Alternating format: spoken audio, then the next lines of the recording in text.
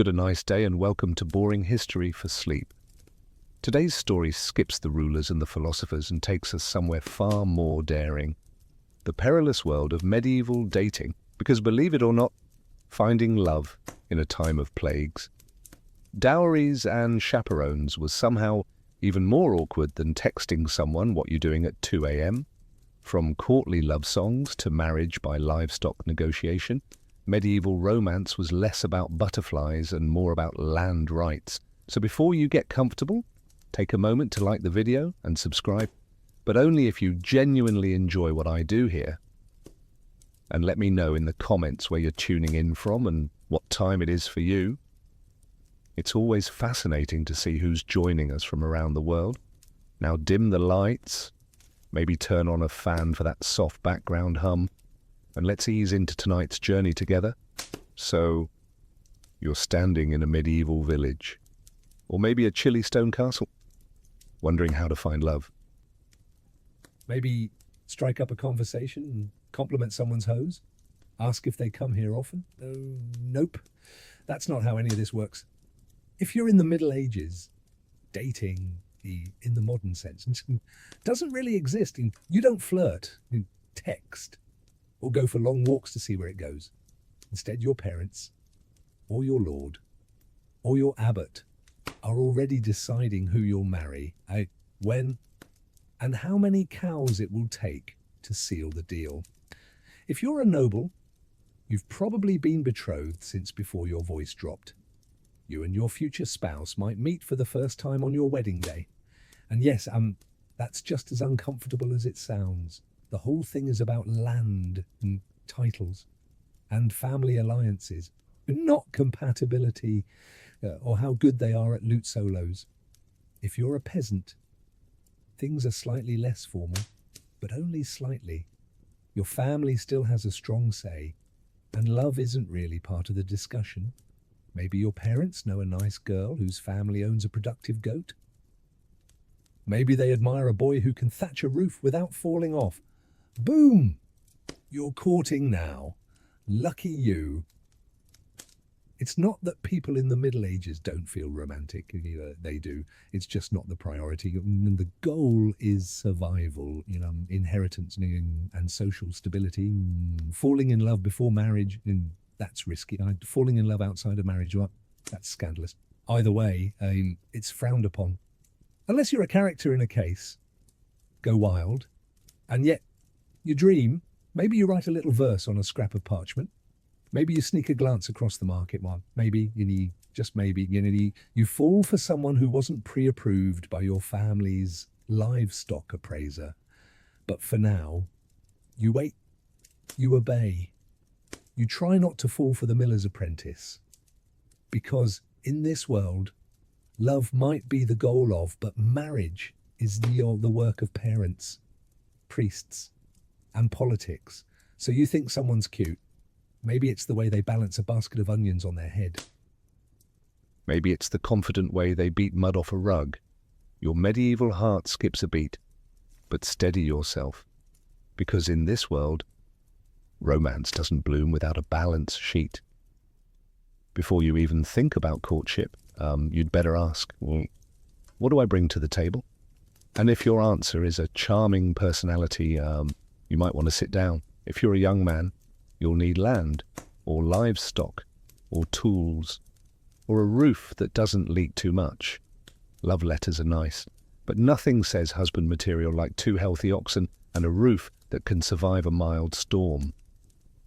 If your father has already promised the best goat to your brother, well, you might want to consider the priesthood. If you're a young woman, as your family needs a dowry, that could be coin, clothing, or a suspiciously generous number of geese. It doesn't matter how witty you are. If your family can't pay up, you're likely to spend a long time perfecting your embroidery alone. Now let's say you actually like someone who makes your calloused heart flutter. You lock eyes at the well. There's a spark.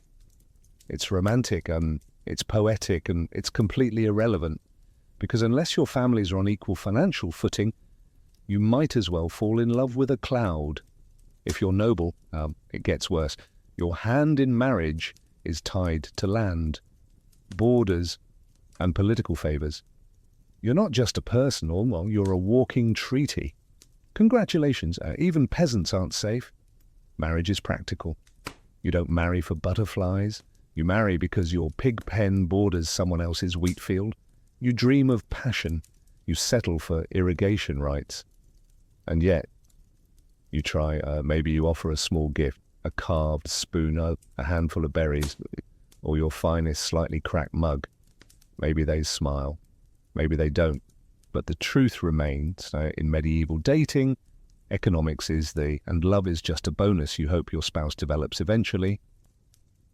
So let's say you're not a peasant, worrying about pigs, or a noble dealing with treaties. Let's say you're a knight, shiny armor, big horse, questionable poetry skills. What's your love life like? Welcome to the strange and emotionally exhausting world of courtly love. Now, this isn't dating, and this is performance art, and courtly love was a noble pastime. Part flirting, part spiritual suffering, and entirely impractical. You, the brave knight, choose a noble lady, usually one who's already married, and vow to adore her from afar. Not physically, of course, that would ruin everything. No, you're supposed to suffer. Elegantly, you might compose a few tortured verses about her silver laugh, or how her hair burns like the sun, and which, in medieval terms, means she has hair and didn't insult your family. You wear her colours at tournaments. You pine. You sigh. You occasionally joust someone just because he glanced at her too long. The lady's role, she's supposed to pretend this is all very flattering while maintaining a level of icy detachment that would terrify a glacier. She may respond with a letter, a token, say, maybe a ribbon, but mostly she'll just be mysterious and unattainable, which is the entire point. The emotions are high, the actual contact minimal at best. You might get a nod from across the hall, or a finger brushed against your gauntlet during a feast. Anything more, and suddenly it's not courtly love, it's a scandal. Or worse, adultery. And no one wants that, at least not officially. This entire setup worked best when everyone involved agreed it was mostly pretend. It was a way to express longing, devotion, and creative angst, all without disrupting the social order. A medieval venting mechanism, if you will. Was it dramatic? Absolutely. Did it involve more poetry than practicality? Constantly. But for a knight stuck between battles and boredom, courtly love gave you something to write about and someone to write for. Just don't expect a happy ending, or a kiss, or even eye contact. So you've fallen for someone? Great. Now comes the hard part. Expressing that affection in a society where touching someone's hand without a chaperone is basically a declaration of war. Welcome to the medieval solution. Tokens, think of it as 12th century texting. Slow, confusing, and open to wildly inaccurate interpretation. Let's say you're a knight, and you're hopelessly in love with Lady Marjorie, of whatever her last name is. You can't speak to her alone, and your poems keep getting intercepted by her confessor. What do? You send her a glove, or maybe your embroidered sleeve. Nothing says I love you like mailing someone part of your wardrobe. And if you're on the receiving end, congratulations. You now have a sweaty linen sleeve you didn't ask for, and the romantic burden of pretending you know what it means. Is he confessing love? Asking for a favour? Suggesting a duel? Who knows? Women gave tokens too. A ribbon, a piece of hair, a tiny pendant. It was sentimental, sure, but also deeply strategic. Give the wrong guy the wrong token, and suddenly you're spoken for by someone with a lazy eye and a drinking problem. Tokens were meant to be subtle. A glove pinned to your chest, a ribbon tied to your sword hilt. Everyone knew what it meant, and no one said what it meant. The more cryptic, the better. It was less about communication and more about plausible deniability. Oh, this glove. No, it's not from Lady Joan. It just appeared on my pillow, scented with lavender, completely random. For commoners, tokens were simpler. Maybe a wood carving, maybe a handkerchief you stitched when you weren't milking something. It was still romantic, just with more calluses involved. Tokens were also risky. Giving one to the wrong person could spark rumours. Receiving one you didn't want meant figuring out how to politely return someone's sock without insulting their lineage. But for all the awkwardness, these tokens carried real emotional weight. They were symbols of love in a world that didn't allow much room for it. So you finally build up the courage to talk to your crush. Maybe offer them a flower. Maybe quote a little bad poetry you definitely didn't steal from a travelling minstrel. You're ready for a moment of intimacy. Unfortunately, you're not alone. Welcome to the world of medieval dating surveillance, where love is never blind. It's heavily monitored by your mother, your priest, a nosy cousin, and sometimes all three at once. Let's say you're a young woman of marrying age. You're never just going for a walk. You're going for a walk with Margaret and her terrifyingly strict aunt, who's already judging your posture, even if you're simply fetching water. Someone is watching. Someone is always watching.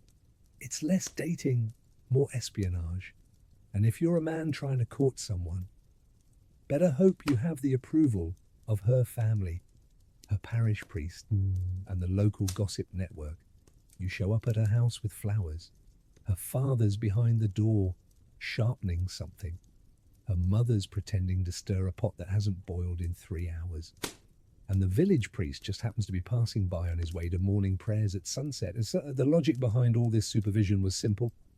Protect virtue, preserve family honor, and absolutely prevent any unsanctioned touching, especially before marriage. Now, you can do it especially alone, especially ever. Chaperones were there to monitor innocent interactions. Group outings, monitored, walks, supervised, sitting within a 2-meter radius of each other on a bench, still only if someone's grandmother is knitting nearby and pretending not to listen. The church, of course, had opinions, lots of them. It regulated courtship the way a bouncer regulates a nightclub. Priests gave sermons about proper conduct and wrote lengthy treatises on the dangers of flirtation. Yes, that's right. Medieval clergy published anti-flirting manuals. Imagine someone copying those out by candlelight while monks silently judge you from across the scriptorium. Even letter writing wasn't safe. Some monasteries opened love letters just to screen for moral content. That's right, divine censorship. So if you want to fall in love, you'll have to get used to doing it quietly and in the presence of your entire extended family and possibly God. So you're in love, or at least medieval in love, which is mostly longing, confusion, and a lot of pacing near windows. You've exchanged glances across a feast. Maybe they picked up your dropped handkerchief and didn't immediately throw it into the fire. The tension is unbearable, but you still can't speak freely. There are chaperones, priests, mothers lurking like emotional border patrol agents. So what do? You write a letter. Ah, yes, the secret love letter, the most dangerous piece of parchment since the excommunication notice. This is your chance to confess your heart, using the most cryptic, overly poetic language possible, because you can't just say, I like you. You must say, my soul is a stag, pierced by the arrow of your grace, roaming the forests of yearning, naturally. If you're literate, which, let's be a given, it is, you pen your message on vellum or rough parchment. If you're really dedicated, you dust it with flower petals or perfumes. Just be careful with that. One noble accidentally used a love letter to wrap a herring and delivered it to the wrong girl. They're married now. It's fine, but now comes the problem of delivery. You can't just hand it over. You need a courier. a loyal servant, a bribed monk, or a younger sibling with limited understanding of consequences, sometimes even a minstrel, would do the job. Singing your poem in the town square while pretending it was anonymous. Subtle, and the poetry, risky, very risky. The line between romantic and heresy was thinner than a monk's patience during Lent. If your metaphor even hinted at anything physical, you might find yourself confessing to both lust and literary exaggeration. But despite all the rules, people did write. Some letters survived. Some poems were copied and passed around like forbidden fruit. In a world of rigid roles and constant supervision, a folded scrap of words could feel revolutionary. So you write. You risk it. You press your trembling hand to the parchment and say everything you can't say aloud. Just don't sign it too clearly. You want romance, not a church trial. Finally, a break. A feast day, a harvest festival, a maypole dance, in short. A rare moment when your life isn't just work, prayer, and pretending you're not interested in the blacksmith's daughter. Today, you're allowed to flirt, sort of, as long as no one sees, or everyone sees, but pretends not to. Welcome to medieval festivals, where romance blooms under the watchful eyes of everyone you've ever met. And 3 chickens. Festivals were one of the few socially approved moments when men and women could mingle, laugh, and, dare we say, make eye contact. There's music and there's ale. There's someone wearing a flower crown with dangerous confidence. You've never seen so many people not pretending to be miserable. If you're a peasant, you might try to impress your crush by winning the sack race, catching a greased pig, or juggling 3 stale rolls of bread. Nothing says, I'm available, like falling off a hay bale with dignity. Dancing was your best shot at actual physical contact.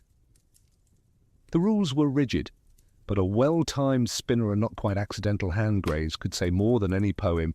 The maypole dance, for example, was basically a giant excuse for coordinated flirtation wrapped in ribbons and plausible deniability. And if you're noble, your version of flirting at a festival involved less hay and more poetry. You might compose a verse on the spot, compare your lady's eyes to twin candles or other glowing things, and offer a trinket, hopefully not one that was clearly made by your servant 5 minutes earlier. Food helped too. Offer your beloved a meat pie or share a honey cake. If they accept it with a smile, you're doing well. If they hand it to their dog, start over with someone else. But remember, everything you do, someone is watching, a parent, a priest, a bard with a big mouth. One misstep, and your flirty smile becomes a youthful indiscretion discussed at church for the next 6 weeks. Still, for a few hours you can pretend you're in a world where love isn't a transaction, where laughter isn't suspicious, and where dancing in public doesn't end in penance. Let's say you're not a knight, a noble, or a bard with a lute and excessive feelings. You're a regular villager. You wake up with the cows and go to bed with the chickens and spend most of your day ankle-deep in mud. You're not looking for a poetic soulmate. You're looking for someone who can milk a goat without emotional drama. Welcome to peasant courtship, where romance is practical. Gestures are modest, and chemistry means we can survive winter together. In your world, dating is less about long conversations and more about shared tasks. You notice someone you like because they work hard, don't complain much, and have a decent set of teeth. That's it. That's the whole checklist. You're not picky. You're realistic. You don't need fireworks. You need someone who can gut a fish and maybe doesn't snore too loudly. So how do you show interest? You give gifts, small, useful things, a basket of eggs, a bundle of firewood, a good turnip. And if you're feeling bold, maybe a woven ribbon or a carved spoon. Nothing says, I'm serious about you, like a spoon you whittle by candlelight while your pig judged you silently. Conversations happen during shared chores. You might walk together to the mill, chat while tending sheep, or exchange pleasantries while shoveling something that smells questionable. No one's reciting poetry. You're talking about the crop yields and whether or not old Thomas fell in the well again. And yet, in its own way, it's romantic. So there's a sweetness in the simplicity, a shared life built not on idealism but on cooperation. You know each other's strengths, weaknesses, and how fast they run when a goat escapes. Proposals often came quickly. If you both agreed, and the families did too, marriage followed. Maybe you moved into a shared hut. Maybe you built a new one from scratch, with help from the village. You brought your best blanket. They brought a goat.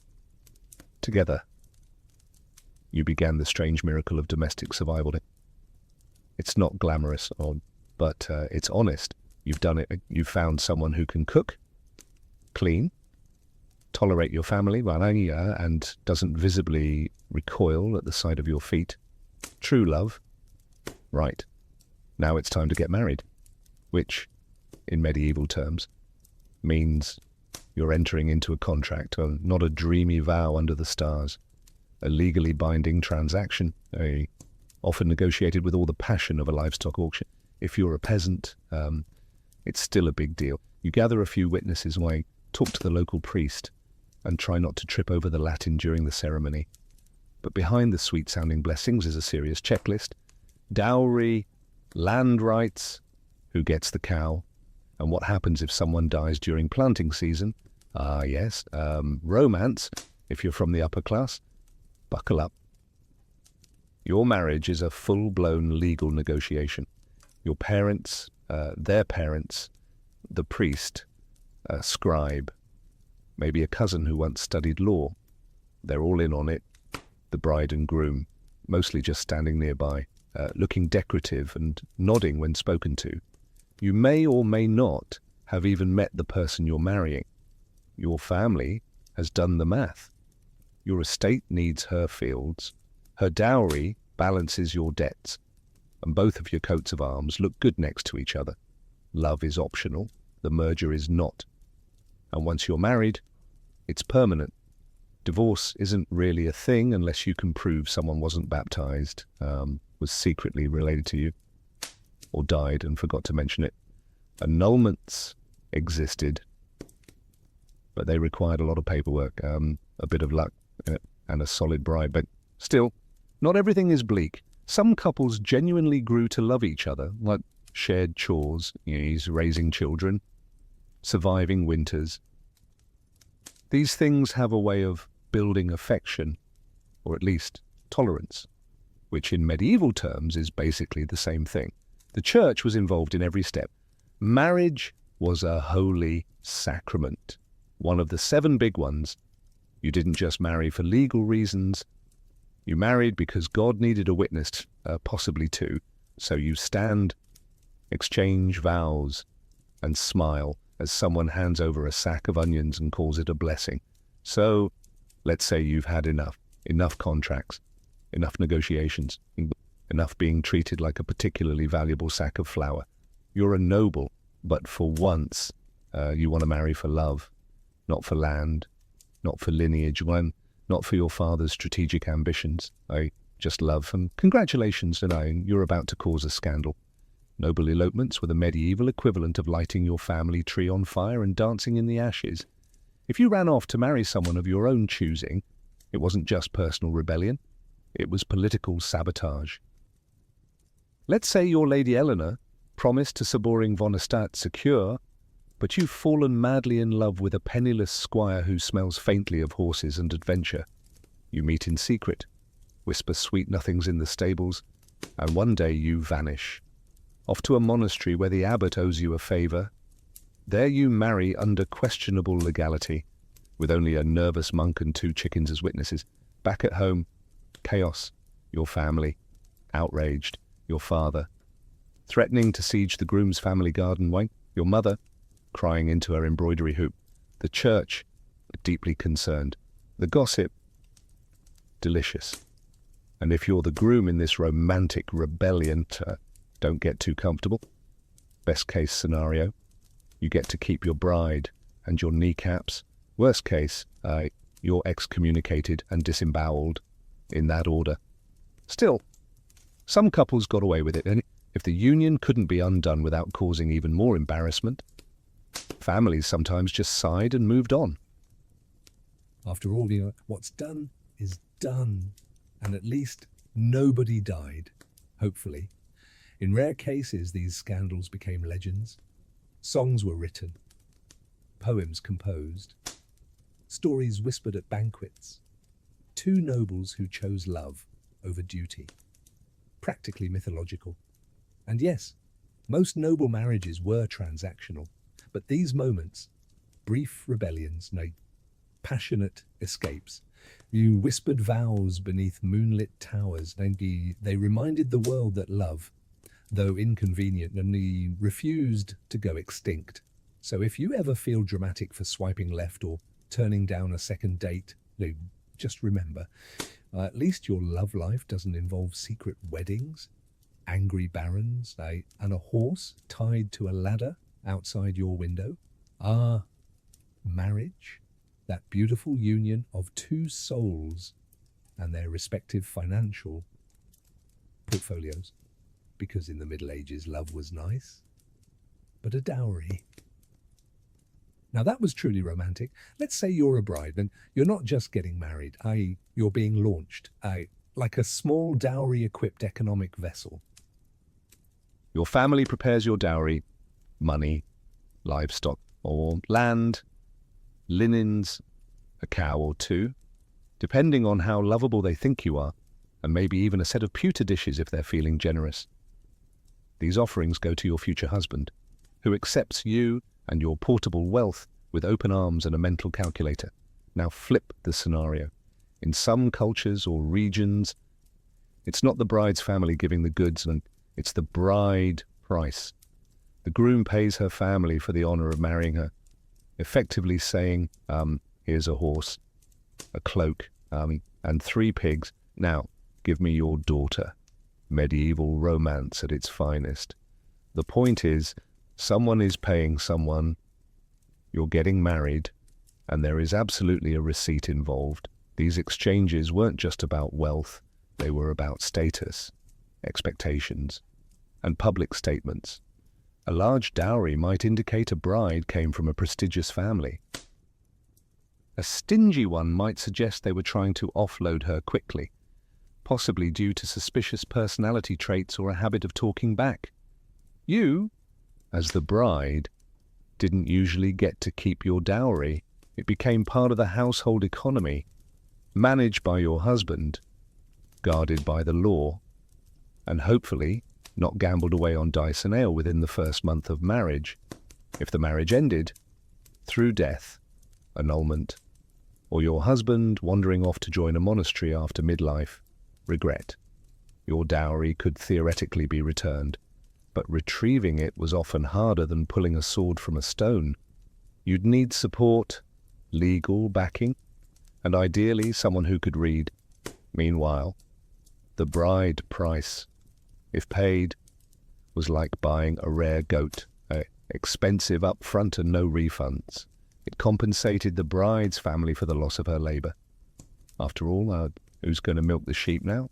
So while love was occasionally in the mix, money was always at the altar, so you didn't go the marriage route. Maybe you were the second son, or your dowry was suspiciously small, or you just really liked chanting. Either way, you've joined a monastery or convent. Congratulations, you've now taken a vow of poverty, chastity, and an aggressive disinterest in romance. And yet, here you are, in a stone cloister surrounded by silence, candle smoke, and Brother Anselm's unexpectedly soulful eyes. Yes, even behind monastery walls. Forbidden love found a way. To be clear, falling in love in a religious order was deeply discouraged. Like, you might get whipped, exiled, or lectured by someone with a Latin name. Discouraged. You've sworn to give your heart entirely to God, which means giving it to literally no one else.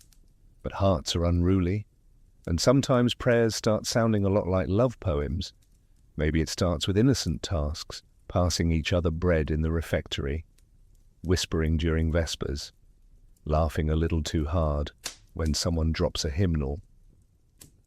Before you know it, you're tucking extra cheese into Sister Beatrice's satchel and questioning everything. Some monks and nuns wrote passionate letters, disguised, of course, as theological musings. Your soul is a shining light in the darkness of my contemplation sounds holy. Unless you read between the lines, and many did, there were, inevitably, scandals, secret meetings in the herb garden, midnight confessions that weren't strictly sacramental, and the occasional gasp-worthy discovery of a nun with a suspiciously round belly. The punishment, usually harsh, exile, public penance, or being reassigned to some far-off abbey known mostly for sheep and silence. Still, not all stories ended in disgrace. Some lovers escaped, a few even got married after being defrocked. Most, though, returned to their cloisters, red-faced and redevoted, only swearing that the whole thing was just an overzealous theological debate, because, in the end, monastic life was about discipline. But humans are humans, even in robes, even in silence. And sometimes a quiet glance across the chapel was more thrilling than any tournament or courtly poem. You did it. You got married. There was a priest, a pig roast, and someone spilled mead on your mother's only nice cloak. But now it's been a few months or years, and something feels off. Maybe your spouse snores like a dying lute. Maybe they forgot to mention their chronic gambling problem. Or maybe you just realize that marrying for land and sheep doesn't automatically result in romantic bliss. Either way, welcome to the world of medieval marital disappointment.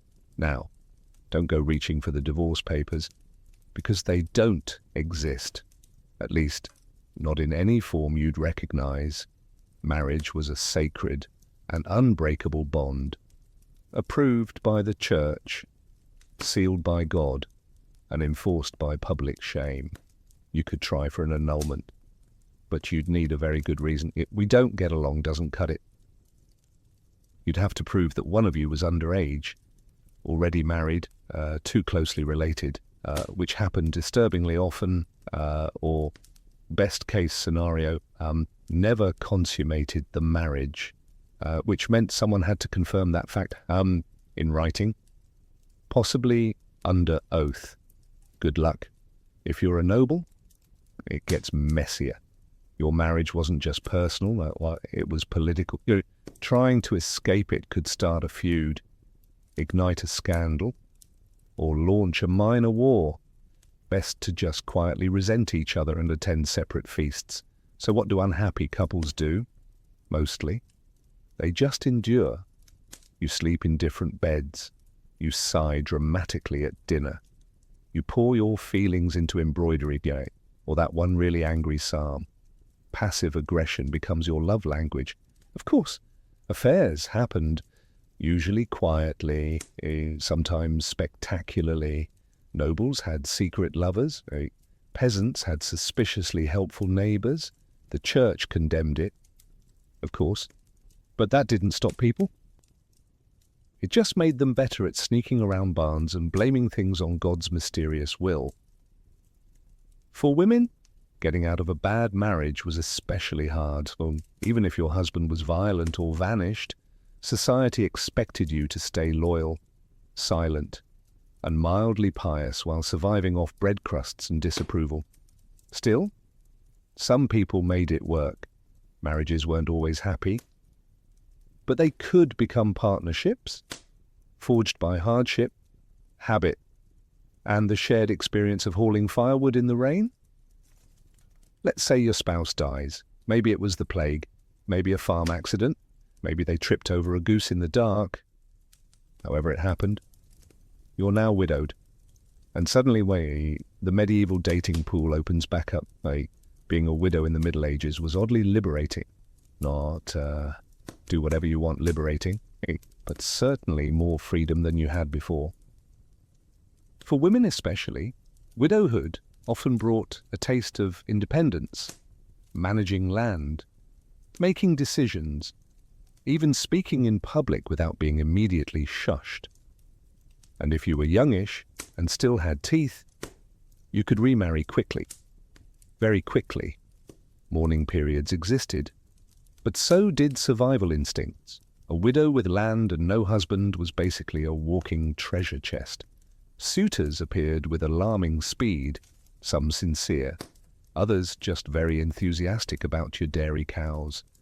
If you're a man and recently widowed, society practically pushes you back into marriage. Who else is going to cook, clean, and raise the 11 children you somehow accumulated? So you start looking. Maybe the baker's daughter, maybe that quiet widow who always brings suspiciously good mead to market. Romance in second marriages could be surprisingly sweet. This time around, you're older, wiser. You're not being pushed into an alliance. You're choosing someone to survive with.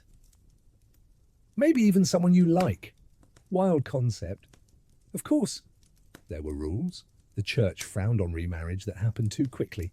Like, your spouse isn't cold yet. Quickly. And widows often had to negotiate with family over dowries and inheritance. Nothing says romantic second chance, like arguing with your brother-in-law over who keeps the butter churn.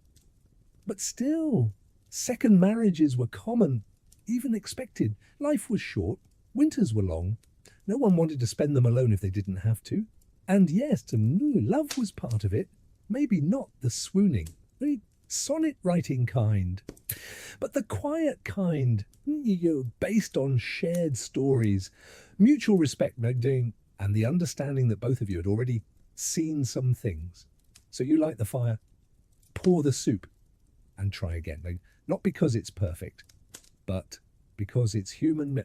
You've made it this far, survived the contracts, the courtships, the chaperones, and possibly a dramatic barn elopement. But before you fall for someone new, ask yourself the most medieval question of all. Are you cosmically allowed to love this person? Because in the Middle Ages, love wasn't just a matter of the heart. It was a matter of stars, bones, and whether or not your grandmother saw a fox this morning.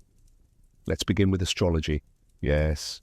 Before you kissed anyone, you might want to consult the local monk astrologer. Are your signs compatible? Is Venus in retrograde? Was your beloved born under an unlucky moon? If so, better to marry someone less cursed. Love is hard enough without planetary sabotage.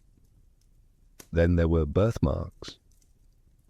Mysterious little symbols that might identify you as your soulmate's long-lost twin, or their destined executioner. Superstitions were flexible like that. But the church had its own checklist. You couldn't marry your cousin, or your second cousin, or your fourth cousin twice removed unless you had special permission, which the wealthy often bought because loopholes. So before things got serious, you'd probably need to draw a family tree and then quietly erase parts of it. Social status also mattered deeply. A noble could not fall in love with a peasant without it being declared either a miracle or a moral failing. Cross-class romance was rare, scandalous, and only acceptable if it later became a tragic folk song. And then there were the omens, or if a raven flew overhead while you were thinking about someone, bad sign. If you drop bread at dinner while glancing at your crush, forget it. That's a cursed union. Someone might bury a charm under your doorstep to protect you from improper suitors or to sabotage your chances. Either worked. Love in this world wasn't just personal, it was mystical. Everyone had an opinion, the stars, the saints, the weather, and that one woman in the woods who definitely wasn't a witch, except she probably was. But despite all the rules, signs, and whispered warnings, people still loved. Clumsily, bravely, often against advice. So, because medieval or not, the heart remains wonderfully disobedient. You've probably heard of Alexander the Great, maybe even Julius Caesar. But have you ever heard of the woman who allegedly chopped off the head of Cyrus the Great and dunked it in blood? Her name was Temyrus, and she didn't rule from a throne gilded in gold or within high-walled cities. No, her court was the open sky, her army was the wind, and her power came not from titles, but from pure, unshakable authority. She was queen of the Massagetes, a confederation of nomadic tribes who roamed the steppes of Central Asia. Think horse archers, tattooed warriors, ritual feasts, and battlefield justice. Temyrus didn't inherit her power from a pampered courtier system. She rose through grit, leadership, and possibly a healthy dose of don't mess with me energy. Her people were tough, accustomed to harsh winters, long migrations, and enemies on every side. But even among such people, she stood out. She was a warrior, a lawgiver, and a ruler in her own right. No husband overshadowed her, no brother guided her hand. Now, to be clear, much of what we know about Temyrus comes from the Greek historian Herodotus, a man not exactly known for his strict fact-checking. But if even a fraction of his account is true, then Temyrus wasn't just a queen. She was a storm in human form. At the heart of her story is this. A foreign superpower was growing stronger by the day. The Achaemenid Persian Empire, led by Cyrus the Great. He had already conquered Lydia and Babylon. And now his gaze turned east. The Masata were next on his list, but Cyrus didn't fully understand what kind of woman he was dealing with. Before the first arrow flew, before the first spear shattered, and before her son's death changed everything. Temyrus was already preparing for war, not because she wanted conquest, but because she refused submission. She wasn't just defending territory, she was defending a way of life. And as Cyrus would soon learn, there are some queens you just don't invade. Cyrus the Great had a reputation, and he wasn't just any king, he was a conqueror's conqueror, the kind of man who could stroll into ancient cities, topple empires, and still get remembered fondly by historians. So when he looked east toward the land of the Masat, he didn't exactly expect resistance.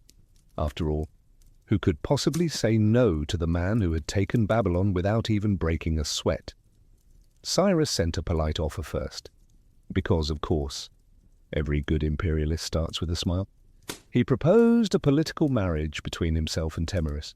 Now, you might think, that's romantic, but Temyrus saw right through it. She understood that this wasn't about love, or even alliance. It was about control. If she married Cyrus, her kingdom would become just another province of the Persian Empire. And she, a trophy queen, she declined firmly. Cyrus, unaccustomed to rejection, didn't take it well. If he couldn't charm her into submission, he would take her kingdom by force. He crossed the Araxes River, which separated his empire from the lands of the Massagetes, and established a foothold. But Temyrus wasn't idle. She gathered her warriors, consulted her chiefs, and prepared for what she knew was coming, a war. Then came the bait. Cyrus, under the guidance of his general Harpagus, laid a trap. He left a portion of his army behind, with a lavish camp overflowing with wine and food, luxuries that nomads rarely indulged in. Temyrus's son, Spagapizes, led a detachment to investigate. They raided the camp, took the supplies, and fatally drank the wine. The Persians returned at just the right moment, drunk, disoriented, and unprepared. Spagapizes and his men were overwhelmed. He was captured alive. When Temyrus heard the news, her world cracked. This wasn't just a military loss, but it was personal. Her son, her heir, was now a prisoner in Persian hands. She sent a message to Cyrus. "Give me back my son and leave. If you do not, I swear by the sun, the master of the massage tay, I will give you your fill of blood." Cyrus didn't listen. Spagapizes, ashamed of his capture, killed himself in Persian custody. Temaris had just lost her only son, and now she was out for blood. Grief is a powerful thing, but grief mixed with fury, that's the recipe for absolute devastation. When Temaris learned her son Spagapizes had taken his own life in Persian captivity, something inside her snapped. This was no longer about borders, pride, or even independence. This was war soaked in vengeance. And Temaris wasn't one to grieve quietly. She didn't retire to her tent in mourning robes or weep by the fire. No, she mounted her horse, sharpened her weapons, and swore an oath that would echo through history. She would face Cyrus in battle. She would defeat him, and then she would make sure he never forgot her name. Even in death, according to Herodotus, Temaris summoned her tribal council. Under her command, the Massagetæ mobilized. Picture it, hundreds of warriors on horseback, adorned in leather armor, wielding bows and spears, faces painted with fury. They didn't march like a Persian army. They moved like a storm, swift, chaotic, and with deadly precision. This time, she set the trap, Cyrus, perhaps overconfident from his earlier deception, underestimated her resolve. But Temaris knew his tactics now. She studied his movements, waited for the right moment, and then unleashed everything. The two armies clashed in what Herodotus describes as one of the bloodiest battles of the ancient world. There were no fancy formations or long speeches, just screaming horses, clashing blades, and a queen who fought alongside her warriors. No silk-robed empress here. Temaris was in the thick of it, riding hard, cutting down enemies with merciless focus, and when the dust finally settled, Cyrus the Great was dead. Temaris, ever theatrical in her justice, had his body searched. His head was severed, placed into a wineskin filled with blood, and presented as a final offering. According to Herodotus, she spoke to it, "You thirsted for blood. Now drink your fill." Whether or not every detail is true is almost beside the point, because what matters is that Temaris won. She crushed the most powerful empire of her day, avenged her son, and made sure that her name would be remembered, not as a victim, but as a conqueror. And this was just the start of her legend. The battlefield was silent. The Persians were dead or fleeing. Their legendary king lifeless in the dust. And Temaris, she didn't celebrate like a conqueror. She didn't parade through Persepolis or carve her face into coins. Instead, she stood over Cyrus's body, her vengeance fulfilled, but her heart still broken. Victory, it turned out, didn't bring peace. The Massagetæ had won more than just a battle. They had turned the tide of empire. The death of Cyrus the Great sent shockwaves across the ancient world. In Babylon, Egypt, and the far corners of the Persian realm, rumors swirled. The unstoppable king had fallen, not at the hands of another great empire, but by a nomadic queen who had no throne, no palace, just fury, grit, and a cavalry of warriors who would ride into hell for her. And yet, Temaris didn't exploit her victory for conquest. She returned to her people with the same pragmatism she ruled with. No war taxes, no imperial ambitions. She didn't try to seize the Persian throne. That wasn't her world. Her justice had been served. Her son had been avenged. The empire could continue without Cyrus. But now it would think twice before ever riding east again. It's worth noting just how rare this was. Most rulers, after winning a battle of that magnitude, would have grabbed power with both hands. But Temiris seemed more concerned with preserving her people's freedom than expanding her reach. And yet, this is where her story begins to fade. There are no records of her after the battle. No statues, no royal tomb, no massage-te monuments carved in stone. She rides into the fog of history, as elusive and untamed as the steppes themselves. Historians debate whether Herodotus exaggerated her tale. Some say Cyrus died elsewhere, that the wineskin of blood was poetic fiction. But even skeptics agree. Someone dealt Persia a heavy blow, and it wasn't a king, it wasn't a general, it was a queen, a mother, a woman whose love for her son fueled one of the most dramatic reckonings in ancient history. And her story, it didn't need to be written in stone, it was carried by the wind. Because when the wind howls across the steppe, some still say, it whispers her name, Temiris. To understand Temiris, you have to understand the people she led. The massage-te weren't your typical ancient civilization. No marble temples, no hanging gardens, no scrolls of poetry. They were a nomadic warrior culture, living in the vast, untamed lands east of the Caspian Sea, lands too wild for Persian satraps or Babylonian scribes.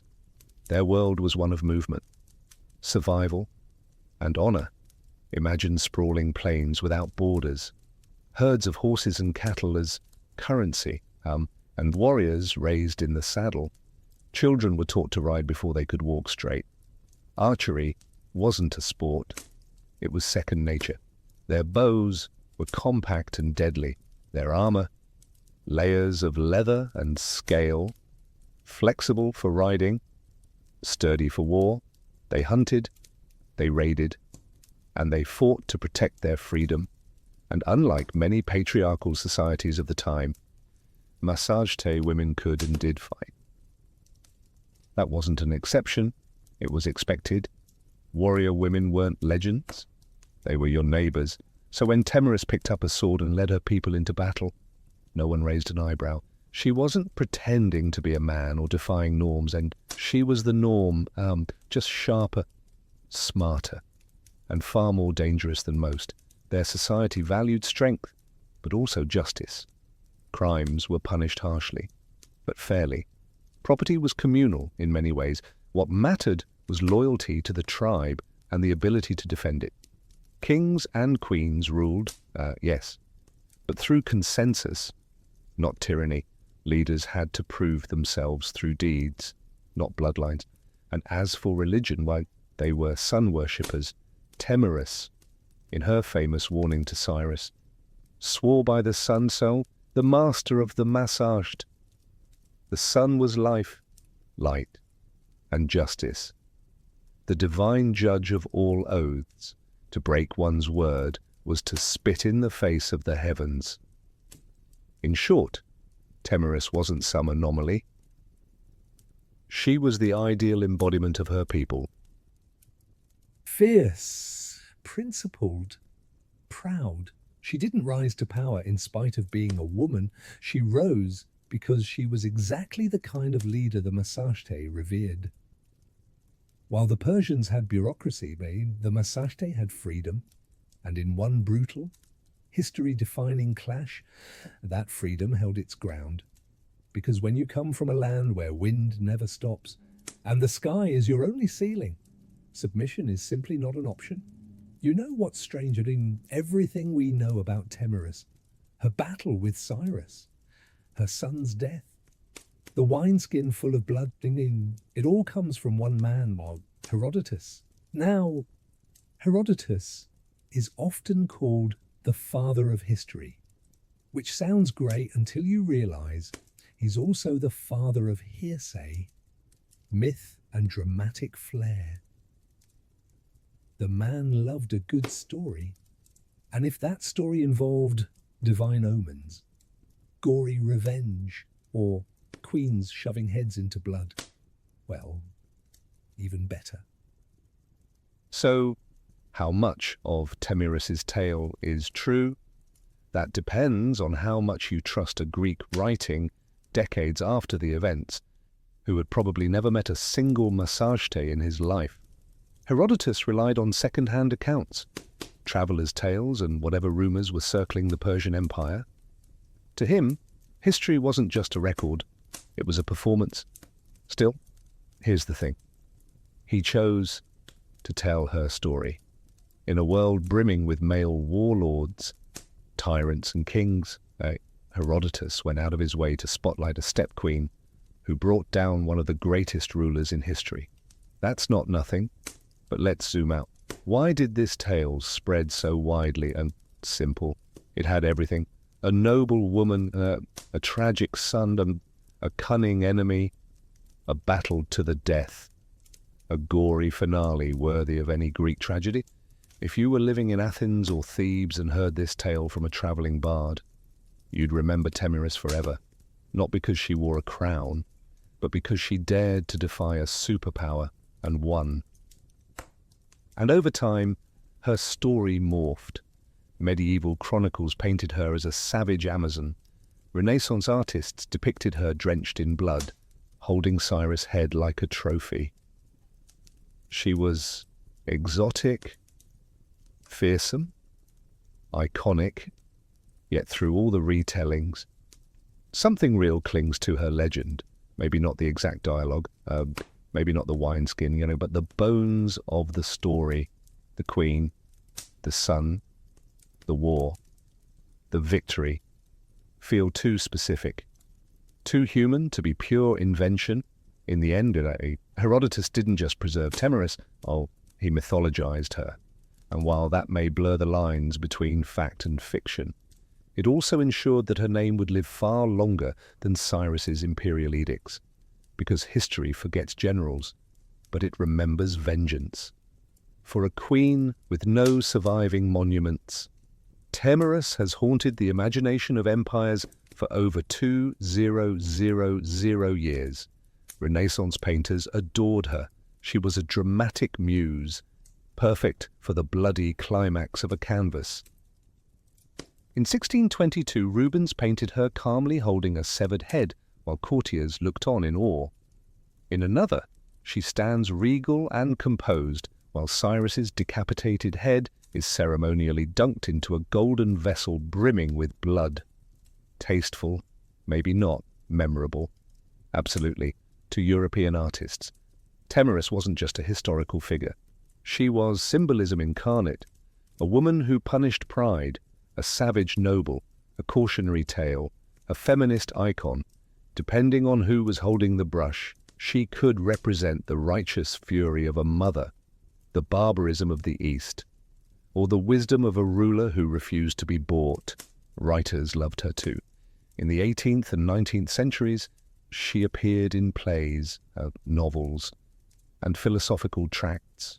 Enlightenment thinkers debated whether she was proof that women could govern wisely, or a reminder of what happens when emotions rule leadership. Either way, she stayed in print. But oddly enough, her own people left no records. The Masajte faded from history, absorbed or erased by later nomadic cultures. No carved inscriptions, no burial mounds with gold plaques saying Temiris was here.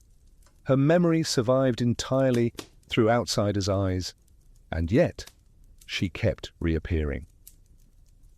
In Soviet-era Central Asia, Temiris was reclaimed as a symbol of resistance against imperialism. Statues of her were erected in Kazakhstan and Turkmenistan. Modern scholars re-evaluated her not as a bloodthirsty barbarian, but as a legitimate head of state, a woman who ruled, led armies, and negotiated from a position of strength. She has appeared in everything from documentaries to video games. In one moment, she's a playable leader in a strategy game. In the next, she's being analysed in academic journals on gender and power. That's range. And here's the strange part. We still don't even know what she looked like. No coins, well, no busts, no carvings. But we know what she stood for. Strength, vengeance, autonomy, legacy. In a world that forgets queens who behave, Temerus is remembered because she did not. She didn't ask to be part of history's art gallery. She kicked the door down and posed for the bloodiest portrait ever painted. Temerus wasn't the first woman to lead warriors into battle, and she certainly wasn't the last. But history tends to treat women like her as exceptions, isolated flashes of power in a man's world. The truth, Temerus was part of a long and often overlooked lineage of women who ruled through the sword. Let's rewind a bit. Before Temerus, there was Shemuramat, the Assyrian queen who may have inspired the mythical Semiramis, builder of cities, slayer of rebels around the same era. The Scythians, cultural cousins of the Massagetei, had female warriors buried with weapons, their skeletons showing clear signs of battle injuries. These weren't ceremonial roles. These women fought, bled, and died on horseback. And after Temerus came more. Boudica, the Celtic queen who led a fiery revolt against the Roman Empire in the 1st century CE, is often compared to her. Like Temerus, Boudica's war was sparked by personal loss. Her daughters were assaulted, her land seized. Her response? She burned Roman settlements to ash. The parallels are uncanny. Grief, vengeance, and an empire too arrogant to see what was coming. There's also Zenobia, as Queen of Palmyra, who in the 3rd century CE defied Rome itself and carved out her own mini-empire in the east. She minted coins with her face. She declared independence. She made the emperor come to her. What binds all these women together? Temerus included isn't just power, it's audacity. They led in eras that pretended leadership belonged to men. They wielded authority not as caretakers or stand-ins, but as strategists, generals, and rulers. And while many male leaders were praised for their conquests, these women were often labeled dangerous, unnatural, it's savage. Why? Because they won? Temerus wasn't an outlier. She was part of a global, centuries-long pattern of women who rose in times of crisis and made kings bleed. Her story, preserved by Greek pens and modern imagination, reminds us that female leadership wasn't rare. It was just rarely recorded. So when you picture ancient warfare, don't just see helmets and beards. See a queen on horseback, bow in hand, blood in her eyes, and understand. Temerus wasn't alone. She was just one of the few they couldn't erase. Temerus never built a palace. She didn't leave behind golden inscriptions or dynastic walls. There's no great tomb, no preserved armor, no marble bust in a museum. And yet, she endures. In many ways, her legacy is a paradox. Her entire story hinges on a handful of paragraphs from Herodotus. Biased, embellished, possibly fictional. But those words planted a seed that refused to die. For over 2 millennia, her name has resurfaced, again and again, in times when the world needed to remember that power doesn't always wear a crown, or a beard. She's been reimagined through so many lenses to Renaissance Europe. She was the noble savage, a warning to tyrants, to modern Central Asia. She became a folk hero, a symbol of resistance and national pride, especially in countries still reckoning with colonial and imperial pasts. Statues of her rise from plazas in Kazakhstan. Children learn her name in school books. Politicians quote her when invoking strength and independence. But beyond symbolism and myth, there's something undeniably human about her story. It's about a mother who lost her son, It's about a leader forced to choose between surrender and survival. It's about a person who, when cornered by one of the greatest powers the world had ever seen, chose to fight and won. In a world that often erases the names of warrior women, Tamiris persists like a blade buried just beneath the surface, always ready to be unearthed by a new generation, hungry for stories of untamed defiance. She reminds us that history isn't just kings and empires. It's also mothers and queens, grief and revenge, dirt and blood. It's the silent moments after battle, when a woman stands alone in a field littered with corpses, knowing she has changed the course of the world, but will never be fully believed. And that might be her greatest legacy, the refusal to be forgotten. No statues, no problem. Her name still rides on the wind of the steppes. Her story still makes emperors look mortal. And her legend still whispers the warning, "Come for me, and you'll drink your fill of blood." So the next time you hear of a great king's downfall, remember, sometimes the final blow comes not from a rival empire, but from a queen on horseback, lost to history, but never truly gone. Imagine a life where your walls are made of felt, your roof is stitched from hide, and your front door opens to the horizon.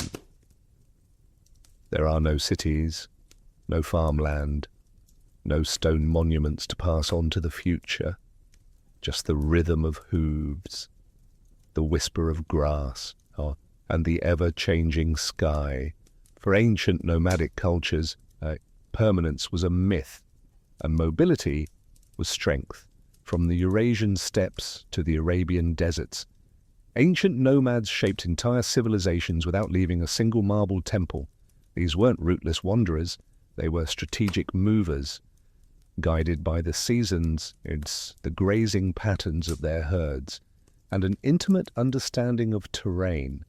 Their homes were yurts, tents, or wheeled wagons, foldable fortresses designed for life on the move. Cattle, sheep, goats, and most of all, horses, were the pillars of nomadic life.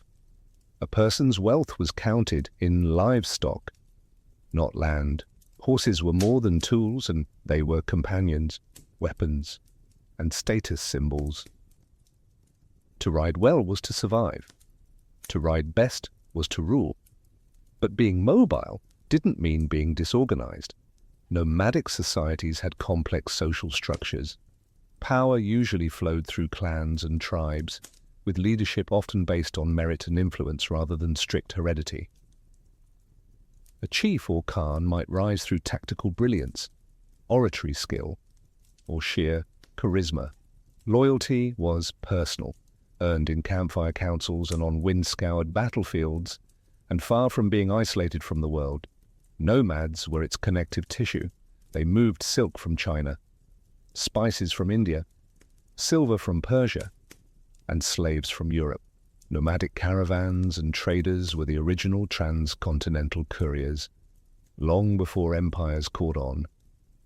And when trade broke down, they raided, swift, strategic, and terrifyingly efficient. Their history wasn't written in stone. It was sung, recited, and remembered. Elders passed down legends and laws through oral tradition. A tribe's entire legal system, history, and identity could be carried in the mind of a single bard or elder. Stories weren't entertainment. They were instruction, governance, and identity. In the eyes of empires, nomads were unpredictable, alien, and dangerous. But to themselves, they were guardians of freedom, some masters of adaptation, and heirs to the windy. They left few ruins behind, but they reshaped the world every time they rode, long before the Mongols thundered across Eurasia. The Scythians ruled the windswept steppe, Between the 9th and 2nd centuries BCE, these nomadic warriors dominated the land stretching from the Black Sea to the edges of Central Asia. To the Greeks, they were fearsome horsemen and exotic barbarians. To themselves, they were a people of freedom, vengeance, and pride. Scythian society was built around mobility and violence. Their horse culture was unmatched. Boys learned to ride before they could walk properly. Their weapons were practical and deadly. Short, composite bows, ideal for shooting while galloping at full speed, curved swords, battle axes, and iron-tipped spears. The Scythian warrior wasn't just a man either. Archaeological finds confirm what Herodotus hinted at. Women fought too. Some graves reveal female skeletons buried with weapons, showing battle wounds that only came from real combat. They didn't build cities, but their kurgans, burial mounds, have preserved their legacy. Beneath these mounds, archaeologists have found gold, intricate tattoos on preserved skin, embroidered garments, and elaborate weaponry. Their art style, full of swirling animals and symbolism, reflects a life bound to nature and the hunt. But the Scythians weren't just wild raiders. They were diplomats, mercenaries, and traders, especially with Greek colonies along the Black Sea. They sold furs and slaves and grain, and in return imported wine. So pottery and luxury goods. Greek writers both admired and feared them. Herodotus wrote of their strange customs, like drinking the blood of enemies or using scalps as napkins, but he also praised their justice and loyalty to kin. Their religion was primal and animistic. They worshipped gods of war, fire, and fertility. Some rituals involved cannabis smoke, others horse sacrifice. Their worldview was cyclical and tied to the land, not in terms of ownership, but sacred movement. Eventually they faded, pressured by other nomadic groups like the Sarmatians, and boxed in by growing empires. The Scythians dissolved into history, but they set the standard for the steppe warrior archetype, a mobile, deadly, fiercely independent fighter with no master and no fixed home. They didn't write book, but when you see a mounted archer silhouetted against the steppe, that shadow is Scythian. They were the storm before the empire. While the Scythians ruled the grasslands, the Bedouins carved their legacy into sand. Originating in the vast deserts of the Arabian Peninsula, the Bedouin were not merely wanderers, they were engineers of survival, mastering some of the most inhospitable terrain on earth. Unlike the mounted thunder of steppe nomads, the Bedouin life was quieter, more deliberate. It was built around the rhythms of the desert, drought and rainfall, grazing routes and the movements of stars. Their home was the black goat hair tent, or beetle shah. Portable, breathable, and easy to pack. Life moved with the camels. Known as the ships of the desert, camels were transport, food, clothing and currency all at once. The Bedouin were famed for their tribal structure. Everything revolved around the clan. Loyalty to kin came before all else. Honor or sharaf wasn't just a word. It was the social glue. A single insult could start a blood feud, but generosity to guests' karam was just as sacred. A stranger could expect food, water and protection for 3 days. No questions asked. Their warfare was rooted in the raid, or gazu. Fast, strategic attacks designed to capture goods and livestock without unnecessary bloodshed. Battle wasn't about mass slaughter, it was about survival, prestige, and honor.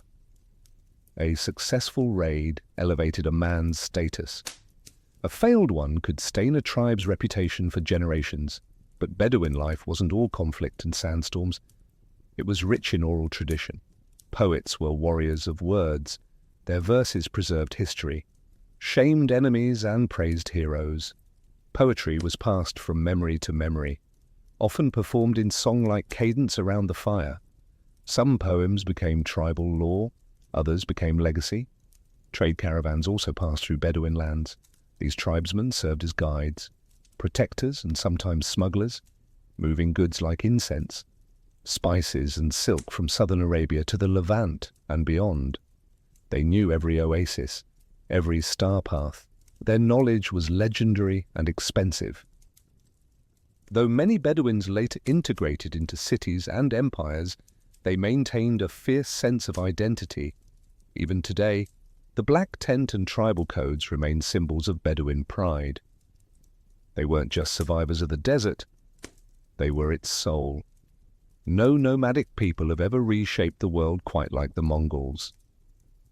In the 13th century, these steppe riders erupted out of the plains of Mongolia and carved out the largest contiguous land empire in history. But their roots were no different than the other nomadic cultures they followed: mobile, clan-based and fiercely adaptive. Life on the Mongolian steppe was brutal and demanding. The Mongols lived in gurs, circular felt tents that could be assembled in under an hour and packed onto a cart the next morning. Their herds, horses, yaks, goats, sustained them, and their children were raised in the saddle. Riding was a skill learned before literacy. In fact, most Mongols couldn't read, but they didn't need to. Their knowledge was encoded in songs, proverbs, and memory. What made the Mongols different was how they weaponized mobility.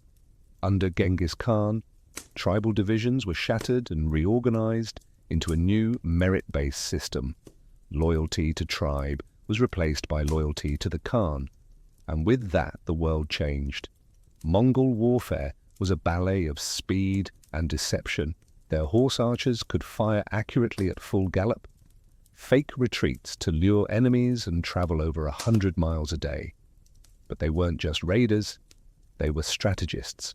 They used scouts, spies, signal flags, and psychological warfare with terrifying precision. Once they began conquering cities, they adapted quickly. Siege engineers from China and Persia joined their ranks.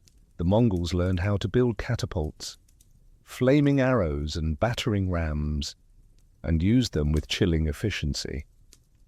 But here's the twist. They weren't just destroyers. The Mongol Empire connected the world in ways never seen before. They revived and protected the Silk Road, ensuring safe passage from China to Europe.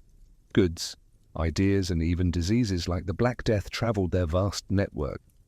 They introduced paper currency, passport systems, and religious tolerance across their realm. A Muslim merchant, a Christian priest, and a Buddhist monk could all travel safely under Mongol rule, as long as they didn't rebel. And yet they remained nomads at heart. Even as they governed empires, Mongol rulers still returned to their tents, their herds, and the open steppe. They conquered cities, but never truly belonged to them, because no matter how high they climbed, they always rode with the wind at their backs. To the sedentary empires, nomads were either useful or dangerous, and sometimes both at the same time. But to nomads, the line between trade and raid was negotiable. One day, they'd escort your caravans across the desert. The next, they'd plunder your border towns. It all depended on the mood, the season, and how well you paid. Trade was vital to nomadic life. Most nomads couldn't grow grain or make pottery. They needed tools, textiles, spices, and luxury goods. In exchange, they offered livestock, furs, leather, salt, and exotic items like falcons or rare horses. Some traded directly with empires. Others operated as middlemen between distant regions, forming crucial links along the Silk Road, incense route, and other transcontinental paths. But these weren't simple merchant caravans. They were armed convoys, ready to defend themselves or attack, depending on the situation. A tribal leader might negotiate with a border governor one week, then raid his storehouses the next. Empires called this treachery. Nomads called it options. The Scythians, for example, traded grain and gold to Greek cities along the Black Sea, but if a city tried to cheat them, they burned it. The Bedouins protected incense and spice caravans across Arabia. Unless someone failed to pay protection fees, then the camels changed direction. The Mongols under Genghis Khan initially tried peaceful trade with the Khwarezmian Empire, but when their merchants were executed, they responded by annihilating entire cities to the nomadic mind. Trade was personal and political. It wasn't just business, it was a reflection of respect. If a sedentary kingdom treated the nomads as equals, commerce thrived. If they disrespected them, the punishment was swift, and usually on horseback. This tension gave rise to a strange relationship. Border economies, towns and cities on the edge of nomadic zones often became hybrid spaces, half military outpost, half market. Governors bribed chieftains, tribes traded news, horses, and intelligence. Sometimes marriages were arranged to seal fragile peace. This dance between trade and raid wasn't a flaw in nomadic life. It was a feature. It allowed them to negotiate power without occupying territory, to influence empires without building them, and to remain fluid in a world that worshipped walls. They didn't need to conquer cities. They just needed cities to keep watching the horizon. In a world without libraries, scrolls, or printing presses, how do you preserve your history? For nomadic cultures, the answer was simple and incredibly powerful. You remember it. Oral tradition wasn't just a storytelling tool for ancient nomads. It was their library, courtroom, a constitution, and mythos all rolled into one. From the Scythian grasslands to the Mongol plains and the Bedouin deserts, memory was sacred, and the tongue was sharper than the sword. Elders were more than old men and women. They were archives in human form. They knew lineages stretching back a dozen generations, war stories that shaped tribal identity, and proverbs that guided decisions in peace and battle alike. These weren't campfire tales told for amusement. These were lessons, warnings, and laws. Among the Bedouins, poetry was king. A well-crafted verse could shame an enemy, honor a fallen warrior, or settle a dispute. Poets, or shair, were advisors to tribal leaders, remembered more clearly than many chiefs. Their words could ignite war or stop it cold, and their memory, flawless. Entire epics were passed down word for word, generation after generation. The Mongols were no different.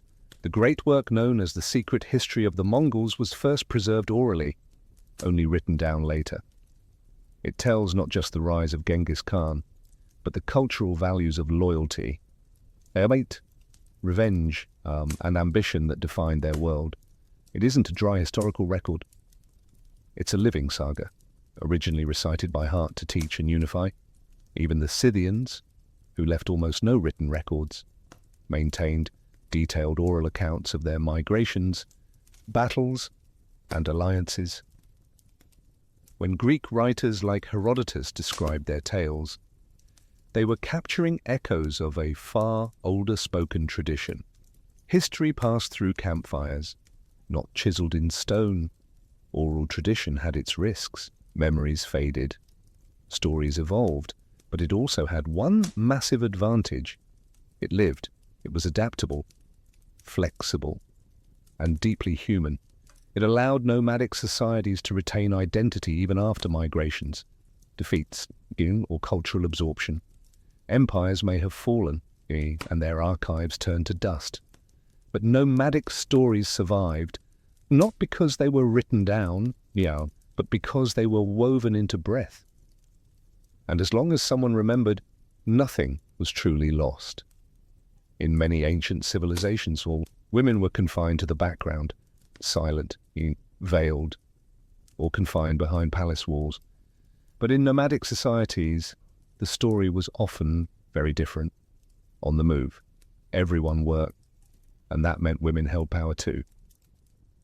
From the Scythians to the Mongols, Archaeological and historical evidence shows that nomadic women were not just mothers and wives, they were riders, warriors, shamans, diplomats, and clan leaders. Life on the move didn't allow for idle hands. Every member of the community, regardless of gender, had to contribute to survival, to warfare and governance. Take the Scythians, for example. Burial sites across the Eurasian steppe have revealed women buried with swords, arrows, and armor, their bones showing injuries from combat. These weren't symbolic burials, these women fought.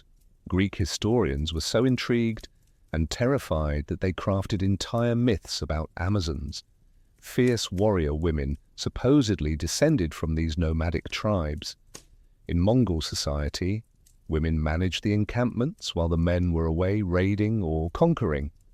But even at the highest levels of power, women left their mark. Genghis Khan's daughters and daughters-in-law often ruled territories, led armies, and conducted diplomacy.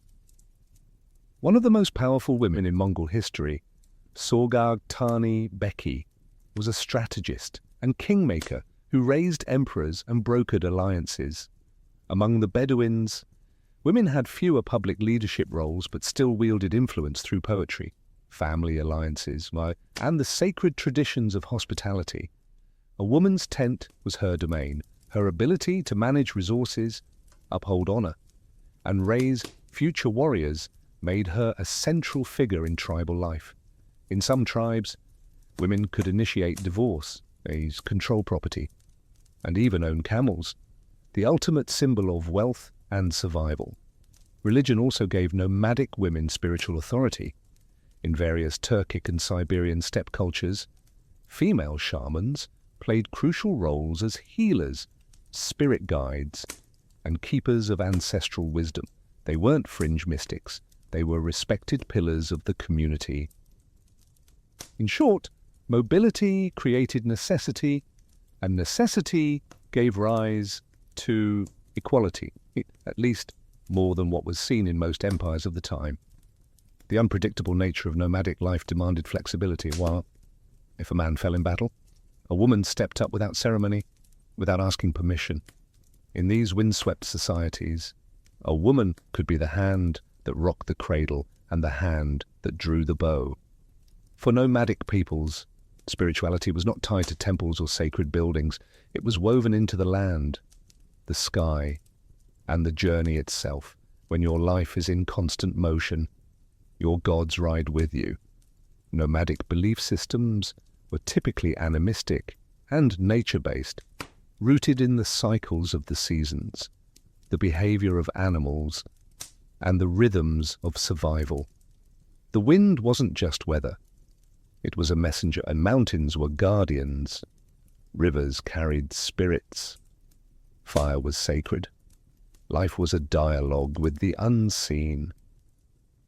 Among the Scythians, described by Herodotus, worship centered on a pantheon of gods tied to the natural world. Tebete, the goddess of the hearth, likely equivalent to Hestia, and Papaios, the sky god. Rituals often involved horse sacrifice, cannabis smoke, and sacred oaths sworn under open skies. Their spiritual world was visceral, earthy, and direct. No priests in robes, just warriors and shamans calling to the heavens. The Bedouins, before the rise of Islam, practiced a form of polytheism centered around local deities and tribal idols. But above all, they revered the unseen, the mysterious forces of fate and nature. Jinn, or spirits, were believed to dwell in rocks, windstorms, and lonely places. Poets and seers were thought to be inspired, sometimes even possessed, by these entities. Hospitality wasn't just a custom, it was a spiritual obligation. Well, in Mongol culture, the spiritual world was structured around Tengrism, the worship of Tengri, the eternal blue sky. Tengri wasn't a god you prayed to in a temple. He was the sky itself, ever present, watching and judging. Genghis Khan claimed his right to rule came from Tengri, Mongols also revered earth spirits, ancestral ghosts, and the sacred fire in the center of every tent. Shamanism played a vital role. Shamans were healers, spirit guides, and political advisors. The beauty of nomadic spirituality was its adaptability. As nomads came into contact with Buddhists, Muslims, Christians, and others, they often blended these beliefs with their own. Mongol emperors patronized multiple religions at once. A Bedouin could follow Islamic law while still clinging to older, desert-rooted customs, whereas cities built temples to contain the divine. Nomads carried the sacred with them. Their gods moved. Their rituals adapted, and their beliefs flowed like the rivers they crossed. Because to a nomad, faith didn't need four walls, just sky above, earth below, and memory in between. They didn't leave behind pyramids or cathedrals. You won't find their capitals on modern maps, and yet the legacy of ancient nomadic cultures is written all over history, in the flow of trade, the scars of conquest, and even the languages we speak. Nomads were not historical footnotes, they were architects of disruption, reshaping entire continents through movement. The Silk Road, that wasn't just a route for silk and spices, it was a highway built by hooves and maintained by the diplomacy, muscle, and local knowledge of nomadic tribes. Without them, East and West might never have met. Empires feared them, and for good reason. The Scythians, the Xiongnu, Turks, and Mongols all challenged the myth of urban superiority.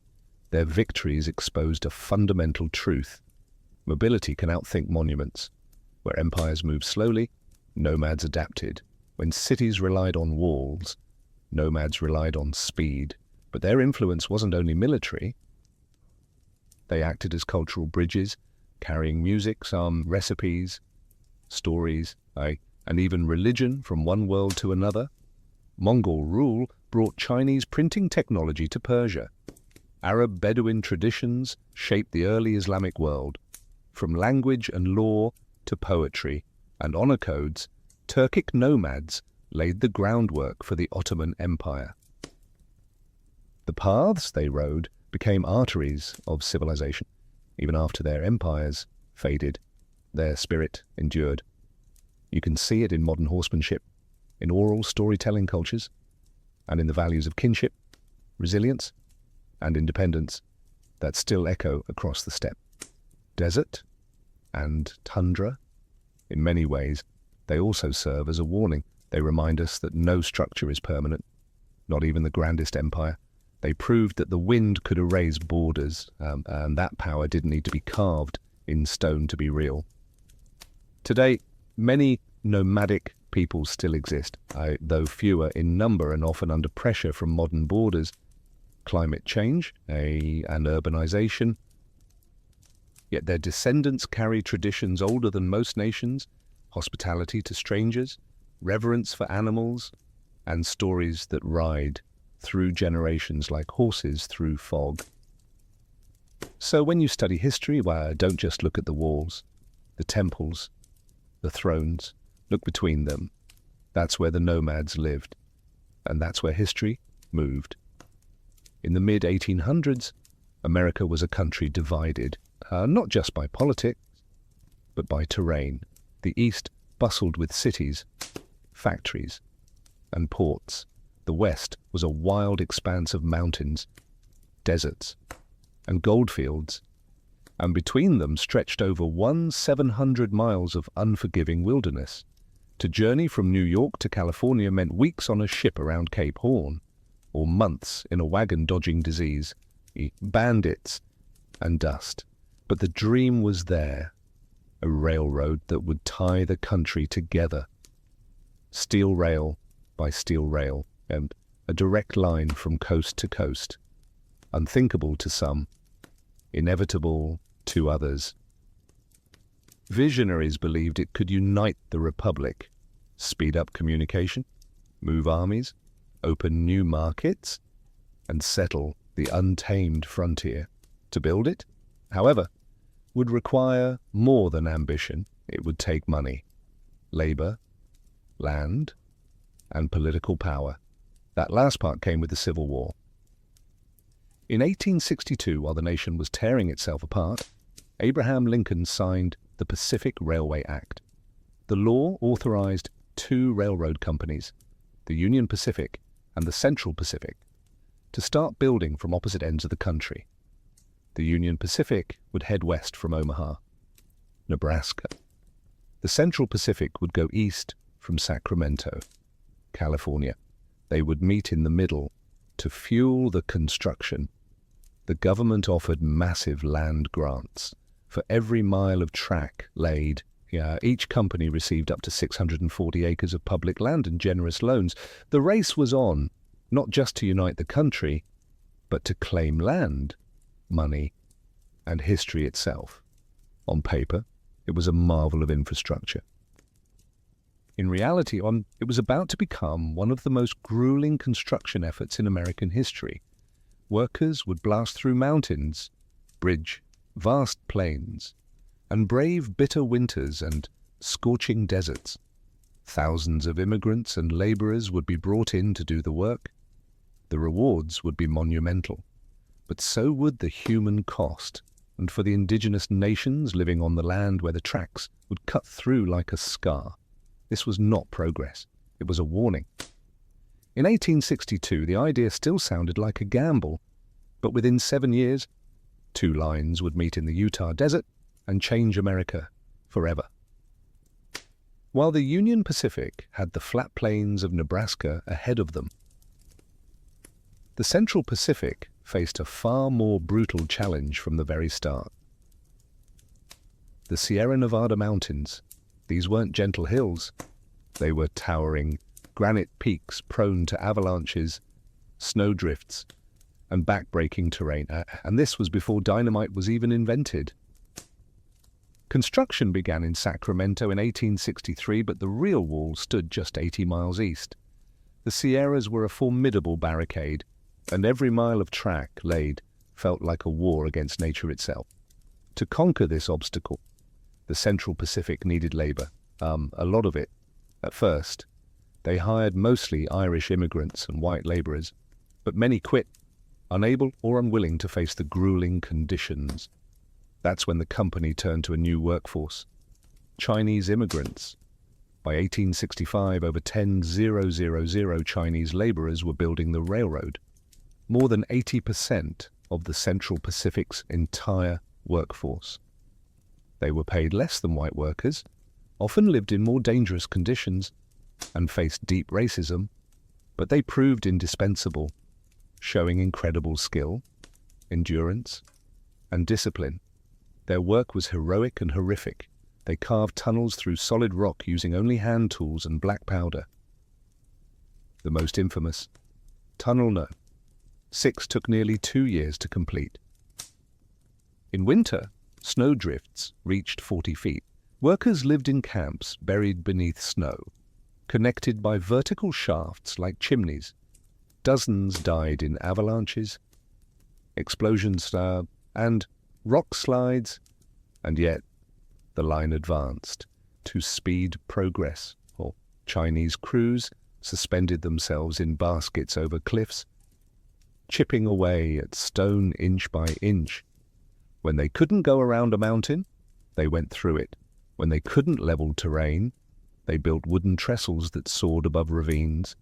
It was some of the most dangerous and underappreciated labor in American history. Few records exist of individual Chinese workers. No statues were built for them at the time. But without their hands, the transcontinental dream would have died in the Sierras. By 1867, the Central Pacific finally emerged from the mountains. What lay ahead was desert, harsh, dry, and deadly, but flat. The worst was behind them.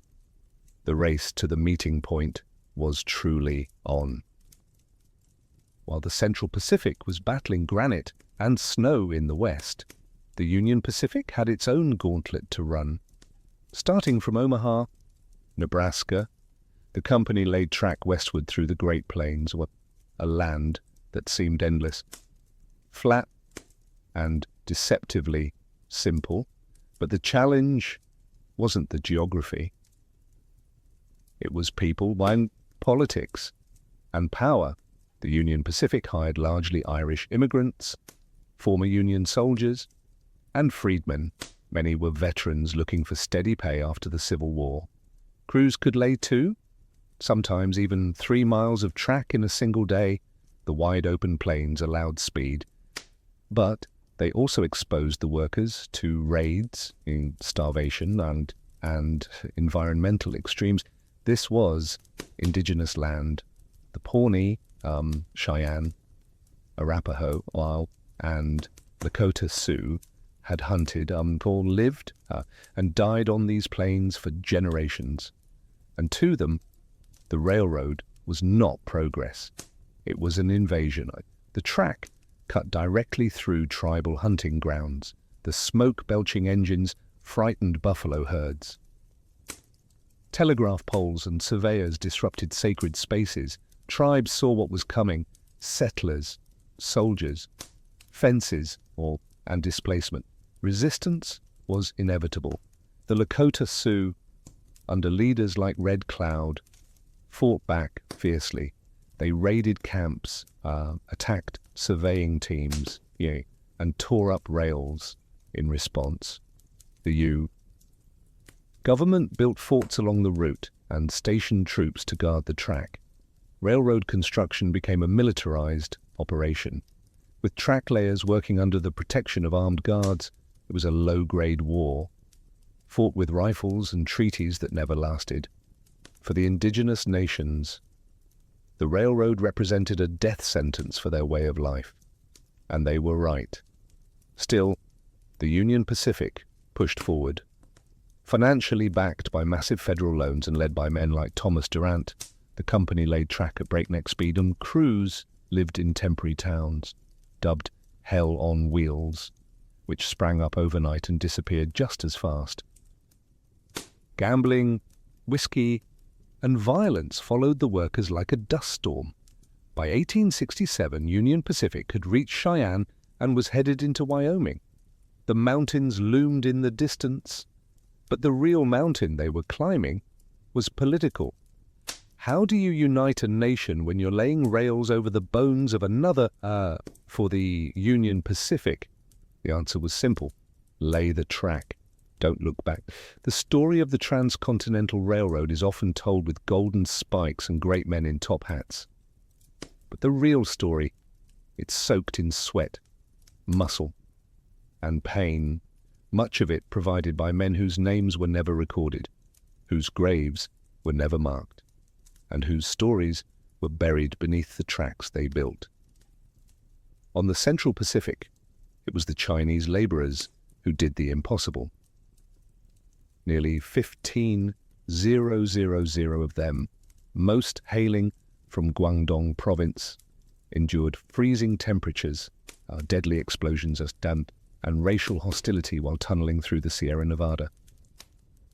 They earned less than white workers, received no recognition, and were often housed in separate, inferior camps, but they persisted quietly, skillfully, and relentlessly. Despite being called weak and unfit by early skeptics, the Chinese crews soon proved to be the most reliable workforce on the railroad. They blasted rock, laid rail, built trestles, and cooked their own food, often staying healthier than their counterparts. Yet, when the last spike was driven at Promontory Point, none of them were invited to the celebration photo. Meanwhile, on the Union Pacific, Irish immigrants made up a large portion of the workforce. Many had survived famine and war only to face new dangers on the plains. They fought off raids, laid track at incredible speed, and drank themselves to sleep in rickety tents. Their lives were hard, but their labor was essential. Former enslaved African Americans also worked the rails, some hired as freedmen seeking better lives. Their contributions, like those of the Chinese and Irish, went largely uncredited. Laborers of color were exploited, but indispensable. This was a multinational workforce, building a nation with bare hands and broken backs. And then there were the cooks, blacksmiths, teamsters, and supply haulers, each playing a role in keeping the great machine of progress moving forward. None of them were executives, but without them, there'd be no golden spike.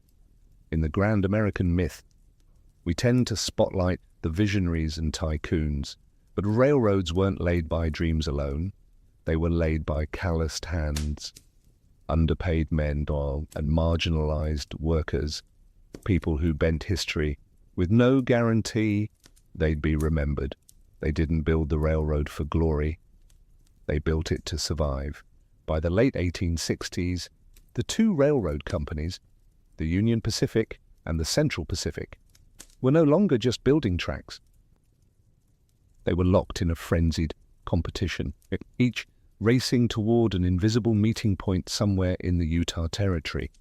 But this wasn't a gentleman's agreement. It was a war for land, money, and prestige. Why the urgency? Because of the way the government subsidies worked. For every mile of track completed, each company received federal land grants and hefty loans. The more track you built, the more profit you claimed. So naturally, both sides tried to outbuild the other, even laying parallel tracks in opposite directions. Knowing full well that only one set would be used, it became absurd. Crews worked at breakneck speed. The Central Pacific, fresh off their victory over the Sierra Nevada, now blasted through the Nevada and Utah deserts. Meanwhile, the Union Pacific crossed rivers and high plains, skirting the edge of the Rocky Mountains. They even began laying track through areas they knew the government would eventually declare wasteful, just to secure funding. Work intensified to near manic levels. The Central Pacific's Chinese crews set a world record in April 1869, 10 miles of track laid in a single day, a feat unmatched even today. They accomplished this using synchronized teams, rotating shifts, and a rhythm honed through years of labor. Union Pacific crews, not to be outdone, pushed hard from the east, despite ongoing labor strikes, supply issues, and mismanagement from their financier, Thomas Durant, who was more interested in stock manipulation than railroad engineering. The two tracks finally neared each other at Promontory Summit in present-day Utah. Surveyors marked the site. Arrangements were made for a formal ceremony. Locomotives from both companies, Central Pacific's Jupiter and Union Pacific's No. 119 were brought face to face, cowcatcher to cowcatcher. Executives prepared speeches. A special golden spike was commissioned. Telegraph wires were hooked up to transmit the final hammer blows in real time across the country. But behind the celebration was the lingering reality. The race had been brutal, often reckless, and entirely driven by profit. The rails were now joined, but the scars they left behind on land, labor, and lives would remain for generations. Progress had a finish line, and both companies were willing to trample over anything to cross it. On May 10th, 1869, the windswept plains of Promontory Summit, Utah, became the center of the American universe. A crowd of workers, officials, journalists, and railroad executives gathered to witness the momentous event, the joining of the Union Pacific and Central Pacific railroads, the completion of the Transcontinental Railroad. Two gleaming locomotives stood nose to nose on the finished track, the Central Pacific's Jupiter and the Union Pacific's No. 119. Between them lay a final rail, and at its center, a golden spike, engraved with the words, "May God continue the unity of our country as this railroad unites the two great oceans of the world." Telegraph lines had been connected to the ceremonial hammer. Each blow would send an electric signal across the country. As Leland Stanford, representing the Central Pacific, raised the sledgehammer. Americans across the nation leaned in to listen. With each swing, the telegraph clicked. Done. Church bells rang. Cannons fired. Cities erupted in celebration from New York to San Francisco. It was as if a national artery had been stitched together in real time. The East and West were no longer months apart. They were 7 days apart by rail. It was a stunning engineering achievement. The United States was now bound coast to coast by steel and steam. The symbolic significance couldn't be overstated. A young, post-Civil War nation had proven it could connect its fractured parts and march into a modern industrial era. But not everyone was part of the celebration. None of the Chinese workers who had laid most of the Central Pacific's track were invited to the photo. They had been excluded from the ceremony entirely, despite their role in accomplishing the impossible. The Irish labourers, freedmen, native guides, and other marginalised workers were also absent from the frame. In their place stood bearded men in frock coats, holding hammers and cigars. So while the country celebrated unity, the reality was more complex. The railroad did connect east to west, but it also sharpened divisions between races, classes, and cultures. It united markets, but at the cost of many human lives. The photo that day captured the official story of the railroad, but the real story that was buried beneath the track. The completion of transcontinental railroad didn't just shrink geography, it exploded the American economy almost overnight. The United States was no longer a bi-coastal nation, awkwardly bridged by wilderness. It was now a single economic organism, pulsing with movement, commerce, and opportunity. Goods that once took months to transport by wagon or ship could now move from coast to coast in under a week. Agricultural products from the Midwest, wheat or corn, cattle, could be shipped westward to booming mining towns or eastward to the industrial cities. Manufactured goods flowed in the opposite direction. Rail cars replaced oxen, steam replaced sail. What had once been an uncertain frontier was now a profitable supply chain. Towns sprouted like weeds along the railroad. Railroad towns that grew up almost overnight. Some became cities, others disappeared as quickly as they came, especially if the rail line shifted. But each one was a node in a growing network, connected by a steady rhythm of pistons, whistles, and smoke. The railroad also helped fuel industrial growth.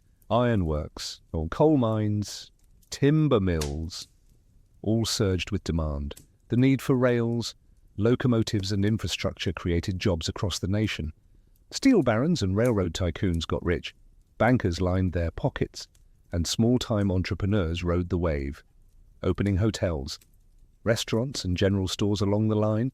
Mail moved faster. News traveled across time zones in days instead of weeks. For the first time, the government could project real presence across the full continent, deploying troops, resources, and political influence wherever the rails reached. And let's not forget the human factor. Millions of people moved west. Immigrants from Europe who once landed in New York now saw a direct path to land and labor in California, Oregon, and the territories.